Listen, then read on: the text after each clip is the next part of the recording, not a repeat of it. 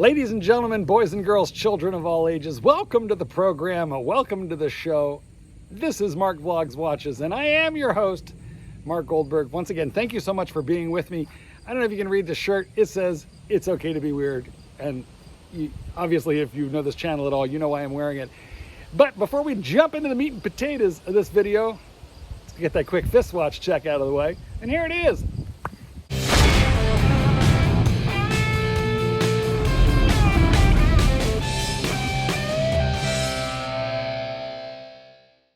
Guys, I'm a dog trainer. Please support me and this channel by buying a copy of my latest book, The Art of Training Your Dog. Hardcover or electronic, you can get it globally. If you're not a dog lover, buy it for someone who is, and subscribe to this channel so we can do this again soon. Throw a like on this video. Now let's get along with the fist watch check. Today, fellas, I'm wearing the upside down backwards Sprite. We're going to talk all about its nickname, the wearing experience, which hand to wear it on and why. But let me just say, before we go any further, thank you to Brian, John, James, and Jimmy over at James and Sons in Orland Park, because let me tell you what, this is a hard get. Now, before we get into the meat and potatoes here, where we'll turn the camera around, really look at it and talk all about it, I do want to say there's just no question about it. It's a divisive watch. It's an oddball watch for fairly obvious reasons. It's meant to be a left-hander. Now, for a left-handed person theoretically would wear it on the right hand. I am a right-handed person, so like most of us, I wear my watch on the left hand, and that is not how this watch is designed to be worn. And therefore, the crown is pointing the wrong way. The date window is on the inside of the wrist instead of the outside. There's a lot going on here that can easily flip the mind out, and that is why it's a divisive watch. In the comments, some of you are going to be saying, "Holy cow, what a great buy," and others of you are going to be saying, "Yeah, I really don't like it. It's odd, it's weird, it's a mistake." So I just want to plant this one seed before we kind of jump in a little deeper. I strongly suspect that this watch is not going to live to see its 5th birthday. I don't think so. I think it's an oddball. I think it shows that Rolex has a little sense of humor, which is, very conservative and odd, but it's Swiss, so this is their sense of humor. And how long is this watch going to last? Do I have inside information? I don't. It's just a hunch based on my long observation of the rhythms, the biorhythms, the circadian rhythms of that behemoth known as Rolex, my favorite brand, and potentially yours. So what I think is this watch is gonna reach 3 years of age, something like that, and it's gonna be gone. If I get really lucky, maybe it'll be this April at Watches and Giggles. It'll all be over. I didn't buy it just to collect it, just because I think it's going to be discontinued, but that had some influence on me. As far as I'm concerned, I'll be just as happy if they make it for 25 years, but I don't think so. All right, let's take a closer look. I think it's going to pay to show you the orientation of the wrist, showing the whole hand. So here the watch is on the hand it is not meant to be worn on, which is my left hand. And you'll notice that the crown is pointing up the arm as opposed to against the wrist, which, by the way, surprise, surprise, turns out to be actually my favorite thing about the wearing experience of this watch. Who knew that if you just took the crown off of my wrist that I would be more comfortable, but I am. When I wear my wrists a little sloppy, I wear them close, to the joint there. I wear them more that way than that way. And so, unbeknownst to me, I was fairly often getting touched by the crown. And I didn't even realize that until there is no crown. So that's probably the main reason why I'm wearing it on the left wrist, or one of them. So the watch is a compromise, and here's the deal. It is not meant to be worn on this wrist. So when you look at the orientation here, it's a little disturbing, Look, the fact that the crown is pointing left instead of right, it's not a really big deal to me. The thing that's really goofing my eye up, and probably you all too, is that the date window with that, and it's very notable on the GMT because of course it's got a cyclops. The date window is at 9 o'clock instead of where we are trained to look for it at 3 o'clock. So it's on the left side of the dial, whereas it should be on the right side. And fly, and that's kind of messes up the eye. So here's what I've discovered. And in a minute, I'm going to change hands and show you the other orientation. If I wear it on my left hand, or on my left wrist, it's comfortable, but it looks funny. If I wear it on my right hand, it's less comfortable because I'm just not used to having a watch over there, but it doesn't look funny. So I figure I feel my watch more than I look at my watch, so that's why I've opted for the left hand, at least for now. Let's change hands and take another look. Okay, so now you're seeing an entirely new orientation of the watch. It is on the right hand, and honestly, it makes much more sense here.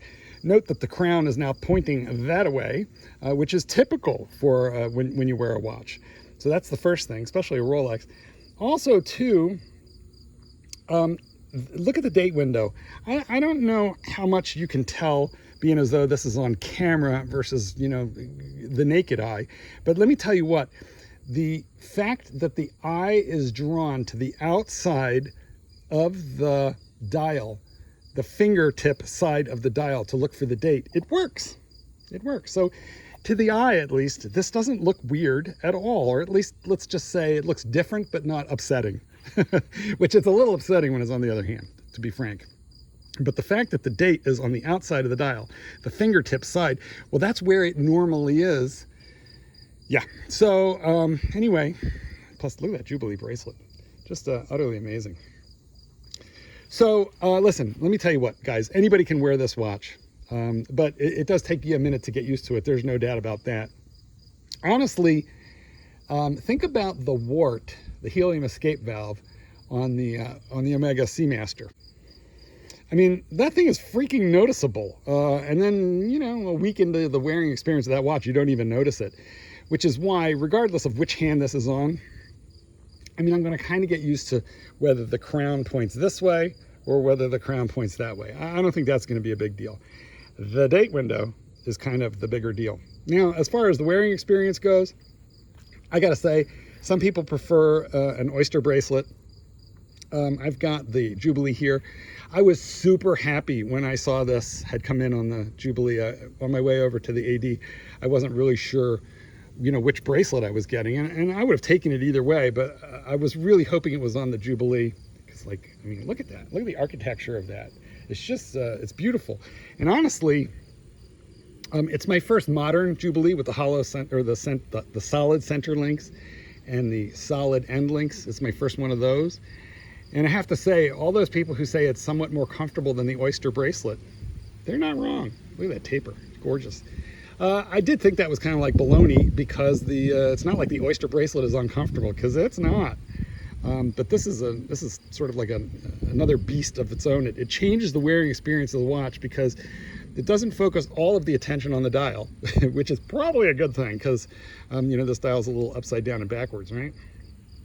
It spreads the attention out around the wrist a little bit more, and it has the Easy Link system. I'm not going to go into all the specs, you know, everybody knows those, the GMT, Pan Am, blah blah blah.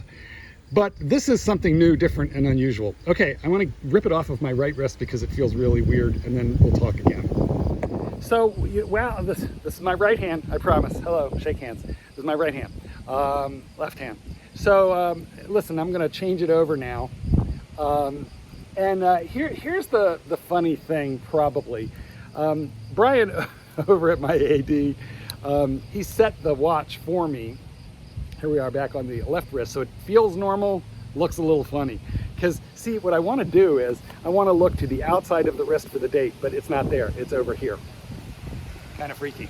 So I went to the AD, and Brian had it in a box, and he opened the lid, and I looked at the watch, and immediately I thought, that sucker is upside down, you know, that the pillow needed to be, you know, the little thing, you know, in the box. Well, you know, anyway, I thought he's got it upside down. So I looked closer to see, like, what, you know, how does the AD accidentally put it into the Rolex watch box upside down? And I looked and I was like, no, he did not. My eye is upside down. The watch is not upside down. It's just the orientation. It's like an optical illusion that will mess with you guys. So that just gave me a little bit of a laugh. But then I saw the Jubilee bracelet and I stopped laughing, because this thing is just, I know it's got nothing to do with the watch itself, but let me tell you what, you owe it to yourself to try a Jubilee bracelet, guys. The modern Rolex Jubilee it's like jewelry. The oyster bracelet is functional and it's iconic, but the Jubilee bracelet, it's another level. It's sort of like The closest thing I can call it is it's like a tennis bracelet for men. It's just really shiny, blingy, beautiful. Anyway, but the funny thing was, Brian told me it freaked him out having to adjust the watch, because normally you hold it in your left, you'd fiddle with it on the right, but he couldn't do that. So he turned the watch upside down to set it, which made me laugh. So later that night, last night, because this is day one, guys. But last night I decided I wanted to set the watch again, see how that felt, and I did not have to turn it upside down. I just had to be able to fiddle with my left hand. So if you're ambidextrous, you can do it either way. But it's an unusual watch, fellas. It's going to take a little bit of adjustment. Some people are going to like that. I'm one of them. I like things that are weird. This watch and this shirt, believe me, they belong together. This watch is unusual. And some people celebrate vive la différence. Some people celebrate the different things. Other people I want conservative. I want same. I don't want anything new. Bring me your quirky. I lift my lamp beside the golden door. Bring me your weird stuff, because that's what I want, especially if it has the word Rolex on there. Because Rolex doesn't do too many things wrong, but every once in a while they'll play a joke on you, and I think that's what this is.